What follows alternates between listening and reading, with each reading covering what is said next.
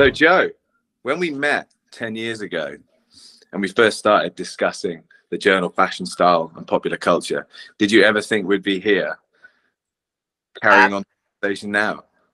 Absolutely not. I did not think it would. Well, first of all, I have to tell you both. I feel like I met you both yesterday. I do not feel it's been a decade of our lives that have gone by. Time flies fast, but no, I did not think it would be here. I hoped, but I didn't think I would still be in this spot 10 years later. And what's even better is I did not know it would get bigger. So I did not know we would be up to 4 issues per year instead of just 3. So it's been a phenomenon that keeps on growing, and I'm enjoying every minute of it. I like it a lot. And when you started that conversation with me all those years back, what was the mission behind the journal? What were the reasons you wanted to found this journal? As you know, like so I didn't feel like I fit in with certain academic associations. Every time I would go to an association meeting, I felt somewhat of an outcast or that I didn't belong. My research was contemporary. It was related to pop culture. It wasn't social sciencey. It wasn't a quantitative analysis. It was more of an analysis, of critical analysis looking at fashion. And so I found a home when I started going to the Pop Culture Association after having Dr. Patricia Cunningham as my PhD advisor. And when I went there, I finally felt like I was at home. And so belonging to PCA and listening to the other folks that would go there, I saw that there was this population of people that also did not feel like they fit in. They didn't feel like they belonged to this association or that association. And so they would tell me, I do these papers and I write these papers, but I don't submit them to anything. And I asked them about, I told them that there were journals for the Pop Culture Association that they could submit to. And they said they just didn't feel comfortable, that those journals didn't fit what they wanted to talk about. And so that's when I realized there was this opportunity. And as the fashion area at PCA began to grow and grow and grow, I realized that this was a huge opportunity and someone needed to do something about it. So basically, that was my idea for the journal. And so I walked up to your table and you and I met and we started talking. And then I met Masood. And it was a great, to talk to him. And you said, do a proposal, pitch it to me. And so I did. And the rest is history. But I knew there was a niche for people that just needed a home. And that was my real mission. My mission was to create this home for people. I received a really great email. And I sent it to Beth, and it was about 2 years ago from Jose Blanco, who said to me, that now, diversity, equity, inclusion, social justice is this hot topic, right? And he said, Joe, it took me a minute to realize you've always been doing that.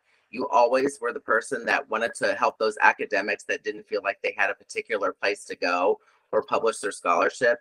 And so that's what fashion style and popular culture is. And I will say this, I'm going to give credit. I was going to call it fashion and popular culture. And it was Mr. Ted Polhemus, who did the famous book on style tribes, who said to me, if you put the word style in this journal, it will be successful and it will sail on forever. And so I did, and it has worked. Can you remember, did you have any clear objectives when you started the journal? Were there certain things you wanted to achieve, and have you achieved? Well, that's a great question. I wanted to achieve somewhat of notoriety and a journal that had success behind it. And I have to say that it would not have the success it does if it wasn't for Bethan, who's on this call too, and that's why I wanted her here. And also created an editorial board of scholars that I knew were somewhat known, but weren't quite known. They had done great works, but they weren't on other editorial boards, or they weren't parts of other journals. And they were also people that felt underutilized. So I actually thought my goal was to create this family of international scholars that were for the first time together, both academic and practitioners. One of the things I realized as my goal was that that practitioners that are interested in academic works and scholarly works and journals weren't being recognized as well. So I wanted to include those in. So yeah, I would say that now it's I'm almost to my goals. I haven't quite accomplished the goals I want. I would love to be to see a larger indexing, to have a higher, to have a higher impact factor someday. Those are the goals I'm looking for. But the fact that I even have an impact factor is great. And so I still strive to work every day. I actually look to Bethan as my leadership development person. I'm doing a leadership development course with Drexel, and I listed her as one of my reviewers. But I look to her as the guide for the journal as well. Because I'm not the only person in this journal. It's a huge family of people. I think we have like 45 people on the editorial associate editors. We have a really big board, yeah. And I've yeah, like you said, I've worked with Joe pretty much since I started at Intellect over 10 years ago, and it was one of the first journals I was given. And I remember Masood saying, I want to make fashion like a bigger subject area for Intellect. We already had a couple of fashion journals, and 2014 was the year when we were going to go and launch all of these new fashion titles. So Joe was one of the very first editors I worked with. It's been such a great relationship. And I think, as you said, like what the journal's been great as is it's so inclusive of scholars from all levels of experience, but in such a broad and diverse range of subject areas as well. And it's been such a fun journal to work on, and really, really interesting. And it's just great to hear that Joe considers me part of the team. I love it, and it's doing so well in the indexing and subscriptions year on year. It's going up, so we're really, really proud of this journal. Yeah, and James, your marketing is crucial too. I mean, the ideas and how you present the journal when you go to different conferences has made it successful as well. And but you actually, I consider you like you're the prelude to the journal. You're the person that helped me get it started. So like that's always in my mind. Well, I've got to also thank all the colleagues who've worked with Bethan and I over the years, because many people at Intellect have had a hand in making fashion, style, and popular culture the great success story it is. And yeah, it's been such a pleasure to work with you and the team. And one of those reasons behind that would be just like you're always so passionate about the marketing and the sales of the journal and getting it out there and reaching the widest possible audience, and that being a global audience as well. So it's always a pleasure to work with you, because there's always ideas, and I think that's such an important part of marketing and such an important part of making a successful journal, and one that's lasted long and continues to grow. It does make me think, though, right back to the first issue again. And Bethan, I wanted to bring you in here. Can you remember that first issue? Can you remember when you read Joe's editorial? Like, what did that feel like to you? Did it feel like he was putting a flag in the sand? It felt very exciting. I was like, this is something fresh and new. It wasn't the sort of traditional academic writing. I mean, it embraced that, but it was looking forward and looking at new ways of presenting this scholarship. And we publish scholars, practitioners, there's been designers, all kinds of people. We've had interviews, articles, and I really feel it's very sort of forward thinking. What are the changes in fashion? How can we look at fashion in a different way? And it just felt very fresh and new. And it's stayed that way over the 10 years as well. Like, so many different special issues, so many different topics have been covered. And I love, like, Joe hasn't shied away from anything that's even a bit taboo as well. We've done fashion and the erotic, we've done porn chic recently. And I just love it. It's sort of all inclusive. Anything that's to do with fashion, style, and popular culture. If there's interesting scholarship or work being done in that area, the journal has covered it. And that's what's been so good, like working with Joe, working with his team on the journal. And what I really look for editorial board is people with enthusiasm. I get emails from people going, I haven't heard from you, and when do I get to do my next review? So like, I don't think there's a lot of journals out there where people are asking to do reviews. So I'm happy with that, and I'll be thrilled when we eventually get it on a database and we go electronic. And then I have people, by the way, I have people that say, why haven't you asked me to be on the editorial board? And I'm like, I don't know. Do you want to be on the editorial board? Okay, fine. You can be on the editorial board. So that's another thing that I really like, that people are coming up to me. And I think that's great. Well, and I think that's something to be applauded for as well, that you have a really healthy mix on the editorial board of senior, well-published scholars, key figures in the field, but also new and emerging scholars, which I think, one, gives people an opportunity, often their first opportunity to get published or to work on a journal, help them develop their career. And I think the journal's been very important as a platform. And I think that shows you and your team how collegial you are in passing that torch and enabling people to, you know, further their own careers. But also, of course, it keeps the journal like very relevant, very pertinent, and really up to date and moving forward, I think. So I think it was a great coup, and something that a lot of people, when they start a journal, they maybe get a bit too obsessed with trying to get the biggest and best names. Whereas I think with Fashion, Style and Popular Culture, one of the great successes is the balance on the board that you've had of people representative of different disciplines, different countries and cultures, different groups, but also different levels in their career. And I think that's been, you know, a two-way street, and has kept the journal very young and fresh, and right there at the top of the zeitgeist, and very important in terms of the work it's publishing. Well, one of the things I also want to add in there, I never looked at school. A lot of people go for chasing people at certain schools, and I'm like, I don't care what school you're at. It doesn't matter if it's private, if it's public, if it's, you know, a huge school or a small school.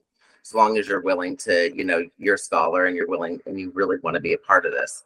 The one thing I will say, we should always talk about this. My opportunities are that, you know, social media is growing. We can't ignore it. And so I love the fact that I recently, in our last issue, we actually had a video that was part of the party stick. That was part of the journal, and I need to get it out on our Facebook. But I like this notion of scholars that want to submit something that also want me to show something. Like, you know, this article is part of this interactive media. So this is where I hope I can go in the future as well. You know, if the scholar's working on a short, you know, fashion related film, and they want me to put the 2-minute film up and then also publish the article, I think that's where we need to be, because it's just going to get more and more media driven. I agree, and Intellect's been doing a lot of work in this area as well. As you know, we've got the new Intellect Discover platform, which means we can now do multimedia. We can have images, films, and any other kind of multimedia that might be submitted, because not everyone wants to write a research article, write 8,000 words. They're practitioners. They need to show it in a visual way, or, you know, in a creative way. So we can start putting more support in those areas now. So that's fantastic. Let's go back to some of the issues and some of the topics discussed over the years, because as Beth alluded to earlier, you really pulled no punches and dealt with a lot of key topics that have been affecting global societies. But for you, Jo, what are some of the standout issues or some of the standout topics that you've focused on over the years? I think the standout issues to me, believe it or not, are the issues that were special issues that, you know, that just popped up, that people were really willing to just do. Some of my favorites have been, and I'd love to repeat some of these. Fashion and music was great. That was done by Jessica Struble. I'm thrilled that, you know, Jose and Raul are doing another Latinx issue. I mean, I'm so excited to get that issue again. The Black Lives Matter issue was great. Perfect timing. It was just a timed well issue, and I'm glad it's open access. One of the favorite things that I like that we've done with the journal, though, I think it's great that we have people like Ali Khan, who is at Virginia Commonwealth University in Qatar, who has the luxury of going to the Tokyo Fashion Week, and taking great photos. And then we've actually made collages for the cover of the issues. Those are some of my favorites, because nobody else gets to do that. And it's because of you guys that I've gotten to do that. So those have been like my favorite things that we've done. There are other topics that I'd like to continue on. We've been having a hit after hit with our retail merchandising. I did not know that merchandising technologies and merchandising was a hot topic for this journal, but it has been. And people, one of our last issues, I think it was 9.4, people are really enjoying that issue. And so I also get surprises. So I think that that's great. My favorite, so I had to think about this for favorite cover. My favorite cover, believe it or not, one of my favorite covers has been the cover. I was a huge Patrick Kelly fan in the 80s. And I was so thrilled that we got that Keith Fraley, I think that's his last name, did a special article, and Van Dyke Lewis did a special article on Patrick Kelly, and we got to feature him on the cover. So that's one of my favorite covers. And Beth, what about you? You've worked on the journal for a long time now. What have been some of the standout issues and some of your favorite covers too? You know, I had the music and fashion down as well, but it covered like everything, like punk, hip hop, jazz, metal, it was like all the subcultures, and it was just, that was a really fun one. And the cover on that one I love as well. It's really punchy punk, the bright pink. I think that's beautiful cover that we did. And like you said, the Latin American fashion, we get to do that one again. And costume and ethnic dress, that was just so, yeah, really interesting. We go from like the really, really fun issues, the really important issues within fashion. And yeah, again, that is what I love about the journal. It's just such a broad range of topics that we do. But yeah, music and fashion is standout. That was just volume 2, I think. It was quite an early one, but that one stayed in my memory. I have to give us kudos. I always think we're ahead of the curve. I don't know why, and I'm not going to say it's because the three of us are so wonderful. I think it happens by just the notion that we're innovative. And so people that have innovative topics come up and say, hey, can I do a special issue of your journal? The issue, cultural appropriation, that article is cited all the time. Yeah. Yeah. And so we just hit the topics right. And we've been very lucky. And it keeps me awake too, because I keep getting topics from people saying, hey, we should do an issue on this, or we should do an issue on that. And I'm like, you know what? Okay, fine. We should give it a whirl and see what happens. Which topics are keeping you awake at the moment? What's on the agenda for the next few issues? Yeah, yeah. Body image is one that we went. I know that body image. So I'm Bethan and I have been talking. We have because I was so lucky to be able to do online first. We actually have a backlog, and it's really, I would call it body justice. I want to change it from body image to body justice, a special issue on that. I have been getting nags and pulls from a colleague to do an issue on villains. So I think we may do an issue. I feel like we've been talking about that one for a while. Yeah. Yeah, I think a villains issue would be great, because, you know, villains always get to wear the best costumes. So like I think it'll be a great issue. And I think and then we have the marginalized identities that's coming out next year. So that one's coming out as well. And then we're thinking about doing something that's focused on design. And then we received a great paper that Bethany even liked on mushrooms as fashion, mushroom fashions. So I think we've got it covered for the next 2 years. But again, I'm always willing to take special topics. I will tell you both something that's kind of cool. When you start doing special topics, people start emailing you saying, what special topics are you doing? Because I have an article. So they think that you become the special topics journal. So I've been trying to do more general issues, because I don't want people to think we're lost in special topics. So I say, oh, no. We more than willing to do general issues, and we will still be doing those. So yeah, I like to do at least, one of those to 2 of those a year. Yeah, I feel if you only stick to the special issues, you're restricting yourself for what's coming in. So we want to publish whatever the latest research is. We want to have that in the journal, regardless of whether it fits into some box that we've created. If we're doing a special issue, obviously as well, we normally get a really great response to that, and it's usually to do with someone has approached Jo with a great idea, or Jo's noticed a trend, or there's something that's coming up that's going to be that we feel is a big topic in fashion studies. But doing the general issues is so important as well, just so that we're capturing the new scholarship, regardless of where it sits subject wise. And I do say this to both of you, Jessica I have to shout out to Jessica Struble, who does my reviews. She is fierce. She gets books. We get so many books at the University of Rhode Island. She gives people 90 days she reminds them and reminds them and reminds them. We are not lacking in reviews. We do not go, oh, do we have any reviews right now? We're doing a special issue on reviews. And then also I have more reviews for the following issue. And then I have even more reviews coming. So I just have to give her a shout out. And I do not step on her toes or my associate editor's toes. When they have ideas, I say, let's give it a try. I don't say no. That's not really in my vocabulary because I realize that sometimes my ideas aren't the only ideas out there. And I think that's what you have to, that's the person you need to be if you want to be a journal editor. Seriously. I think that sounds like a fantastic tip for any budding journal editors out there. Do you have any other tips? Is there anything else that you would suggest to people to consider before they enter down this path? Because, you know, it's a big commitment because we're only just getting going and we're 10 years in. And only now really feels like we're starting to achieve those goals for me that we'd set. So it's awesome to think about the future. So it's a long-term commitment. So what top tips would you have for someone thinking about starting their own journal? That's funny that you mentioned this because I was talking to some students. Number one, don't give up your humility. Remember that you're as good as your last day that you were here. And two, your team is crucial. Do not stop thanking your team.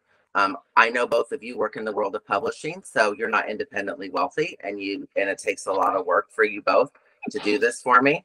And then don't just literally listen to those who have ideas and make sure you give them the credit for those ideas.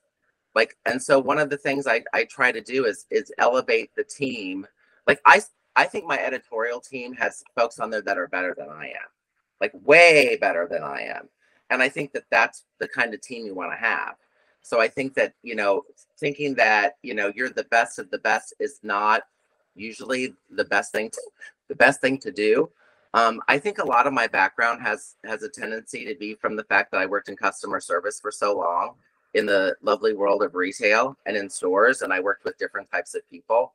And so I think customer service for me is high. It's just something I never stop. And I believe that a good journal editor is actually a service provider, and so they're not really a king or a queen in my instance. They are a service provider. They are here to provide a service to the academic community. And so you can't forget that. That's really what a good editor is. And Beth, how about you? Do you have any sort of final thoughts or comments? I just think like just the journal, just carrying on chasing whatever is new and innovative in the area. Like Joe mentioned an article that I really loved recently about clothes that this is simplifying it, clothes made out of mushrooms. But it's to do with sustainable fashion, ecological fashion, how we can, you know, how the fashion chain from the beginning can look at new ways to break this sort of the fast fashion, the mass consumption. And this is just one way where I'm seeing the journal develop and these new topics coming in and it being very welcoming of all these different kinds of research. And just keeping on top of what's happening in the moment and being open to working with people from all disciplines within fashion, style and popular culture studies as well. And I think Joe is great at that. He's very approachable, very welcoming, and he works closely with the scholars as well to develop the work. So I'm very honoured to be involved with the journal. I hope to continue to be working with the journal, and it's a real success story for Intellect and our fashion portfolio as well. It's just gone from strength to strength each year. I'm very, very proud to be working on it. And Joe, what about yourself? Do you have any final thoughts or comments? Just thanks to both of you. You've done a great job helping me do this. A lot of work has been involved, and so and you believed in me, so that's a good thing. I get choked up about it. Oh, thank you, Joe. It's always so much fun, not just fun, but it's interesting. I'm learning things from the journal all the time. I get absorbed in the articles when I know I should be doing something else, and I start proofreading, and then I realize I'm getting really into the articles. They are so interesting, and I'm just so thrilled to see how yeah, there's more and more readers, more and more submissions coming in. Yeah. So, yeah, thank you, Joe, for being such a pleasure to work with. Keeping my days really interesting. you make it easy. I did want to say the last thing is when you mention goals, one of my biggest goals is to start including those countries that we have neglected for so long as part of the academic community. So we're starting to do that. I think we're getting submissions. It's difficult with language, but we're trying to get there. And I want to say to my editorial board, I don't know if you two knew this, I have bilingual folks on my editorial board. So when I get something from a country where I know the person may speak the language, I ask them, can you review this? Is there some language issues? What should we do? And so I think a goal for this journal is to be more global, is to become even bigger. Well, and yeah, I agree.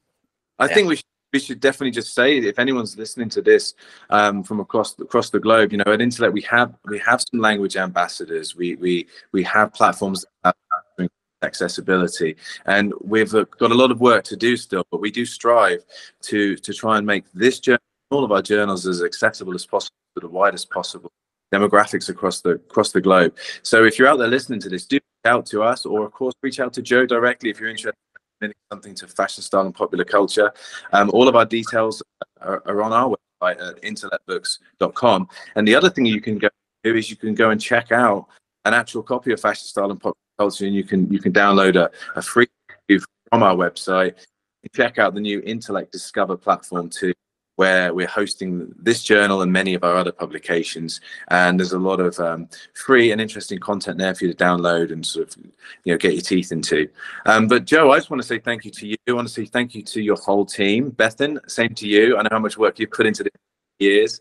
And a big thanks to Intellect as well for all the support and for believing in this publication and to making it one of our great, most successful publications. And if anyone's interested in finding out more, do go to intellectbooks.com and check out Fashion, Style, and Popular Culture. And as for you two, hope to see you here in 10 years when we're celebrating the 20th. A few more gray hairs, and of course, a few more amazing, exceptional, and very important issues under our belt. So congratulations to you both. Congratulations to everyone who's worked on Fashion, Style, and Popular Culture. And here we are. Cheers to 10 years. Thank you. Thank you. Thank you, James. Thank you, Joe.